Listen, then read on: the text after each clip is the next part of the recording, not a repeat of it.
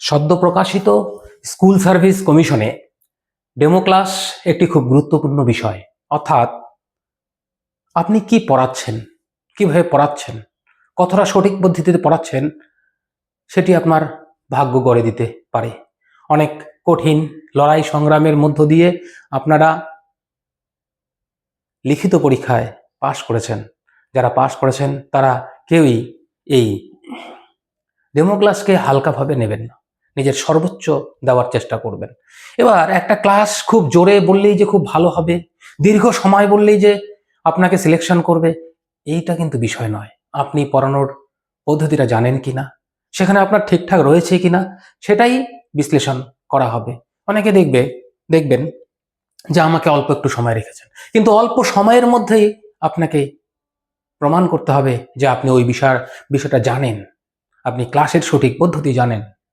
তাহলে আমরা আজ দেখে নেই যে কিভাবে একটি ডেমো ক্লাস শুরু করব।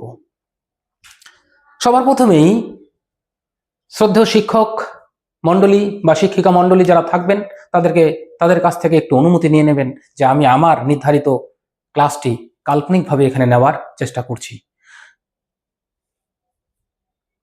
প্রথমেই বোর্ড ওয়ার্কের ক্ষেত্রে সেখানে কিন্তু একদম নীরবভাবে থাকলে কিন্তু হবে না। সেখানে দেখো, বোর্ড ওয়ার্কের ক্ষেত্রে সবার প্রথমে ছাত্রদের সঙ্গে ইন্টারাকশন করতে হবে।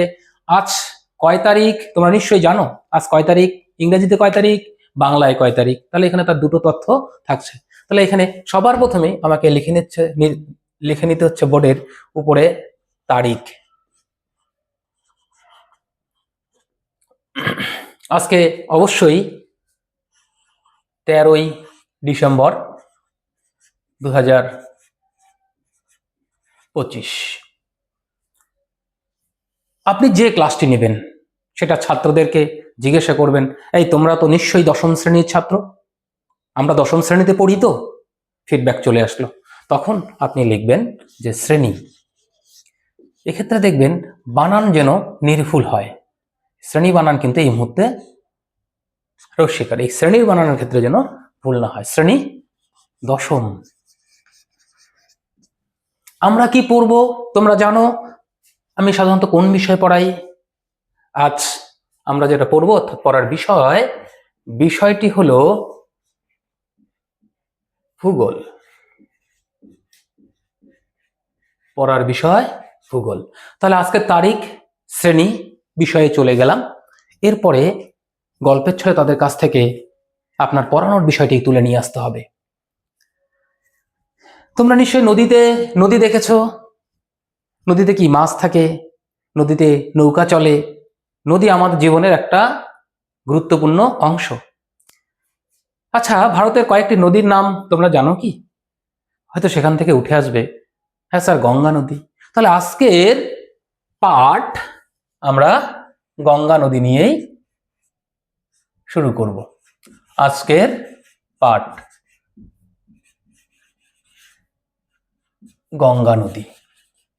যে লেখার সময় যেন বোর্ডটা দেখা যায় সেদিকে একটু খেয়াল রাখবে। এটা ক্লাসের একটা প্রথম ধাপ।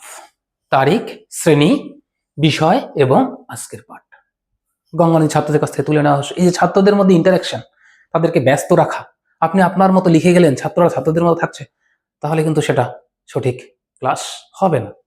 গঙ্গা নদী। গঙ্গা ভারতের পবিত্র নদী। গঙ্গার উৎপত্তি সম্পর্কে আমরা দেখে নিই। গঙ্গার উৎস অঞ্চলে মূলত দুটি নদী, একটি হচ্ছে ভাগীরথী, আরেকটি হচ্ছে অলকানন্দা। এই ভাগীরথী এবং অলকানন্দা যেখানে মিলিত হয়, তারপরেই এটি গঙ্গা নাম ধারণ করে প্রবাহিত হবে। আর এর আরেকটি উপনদী যমুনেত্রী হিমবাহ থেকে গঙ্গার সঙ্গে মিলিত হচ্ছে। এই যে দেখো, কোন হিমবাহ থেকে আসছে? গঙ্গোত্রী হিমবাহ থেকে এসেছে, উৎপত্তি লাভ করেছে গঙ্গোত্রী হিমবাহ থেকে। কোন নদীটি? ভাগীরথী। আর এখান থেকে যে নদীটি আসছে তার নাম হচ্ছে অলকানন্দা। কি? অলকানন্দা। আচ্ছা, এখানে এই ভাগীরথী এবং অলকানন্দা যেখানে মিলিত হয়েছে, তাকে বলা হচ্ছে দেবপ্রয়াগ। ছাত্রদের ফিডব্যাক নিতে হবে। আচ্ছা তোমরা বলো তো, এই যে ভাগীরথী এবং অলকানন্দা কোথায় মিলিত হয়ে গঙ্গা নাম ধারণ করেছে? দেবপ্রয়াগ। হ্যাঁ, দেবপ্রয়াগ। এবার দুম করে আপনাকে থামিয়ে দেওয়া হলো। হ্যাঁ ঠিক আছে ঠিক আছে, যখনই আপনাকে থামিয়ে দেওয়া হবে তখনই খাতা কলম কলম এরকম করে রেখে আপনি সুরসুর করে চলে আসবেন না। তখনই আপনি মস্তিষ্ক ঠান্ডা রেখে ক্লাসটার সামারাইজ করবেন, রিইনফোর্সমেন্ট করবেন। কি সেটা? তখন যখন আপনাকে থামিয়ে দেওয়া হবে তখনই তোমরা সঙ্গে সঙ্গে বলবে, তাহলে আমরা কি শিখলাম? তাহলে আমরা শিখলাম আজ ভাগীরথী এবং অলকানন্দার মিলনস্থল দেবপ্রয়াগ।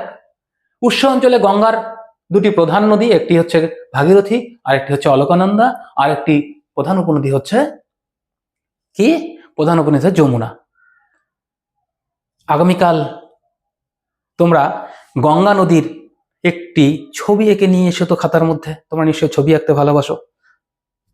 ধন্যবাদ স্যার। তাহলে দেখো, যখন আপনাকে থামিয়ে দেওয়া হলো তখন কিন্তু আপনার দুটো কাজ থাকছে। এক হচ্ছে আমরা কি শিখলাম, আমরা কি শিখলাম, সেখানে সংজ্ঞাগুলো বলবেন না, কি শিখলাম জাস্ট সেটুকু বলবেন, সময় তো আপনাকে দিচ্ছে না। তারপরে তাকে বাড়ির কাজ দিতে হবে।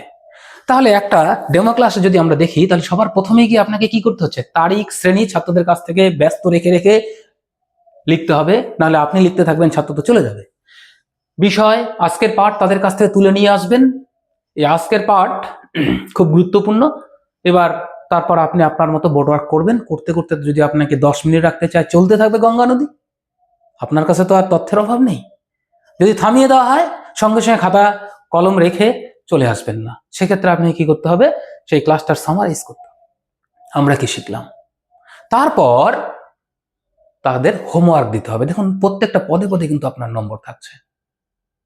যদি আপনাকে 2 মিনিট সময় দেয়, 2 মিনিটের মধ্যে আপনি পুরো ক্লাসের একটা ছবি তুলে ধরবেন ওনাদের কাছ থেকে। ওনারা তো বিশারদ মানুষ থাকবেন, তাহলে আপনি কি পড়াতে চাচ্ছেন তারা কিন্তু খুব সহজেই বুঝতে পারবেন। তাই 2 মিনিট আপনাকে সময় দেওয়া হলো না 10 মিনিট সময় দিল, সেটা কিন্তু গুরুত্বপূর্ণ নয়। আপনাকে যে সময়টা দেবে সেটাকেই আপনাকে কিন্তু কাজে লাগাতে হবে। আমরা পরে এ ধরনের আরো কিছু ক্লাস নিয়ে আসব, সঙ্গে থাকতে হবে। দেশ জাতি সেবার, দেশ জাতি মাটির কল্যাণে শিক্ষকের ভূমিকা সরাসরি। তাই আপনাকে এই যুদ্ধে জিততেই হবে। জাতি গঠনে আপনার ভূমিকা অনস্বীকার্য। ধন্যবাদ।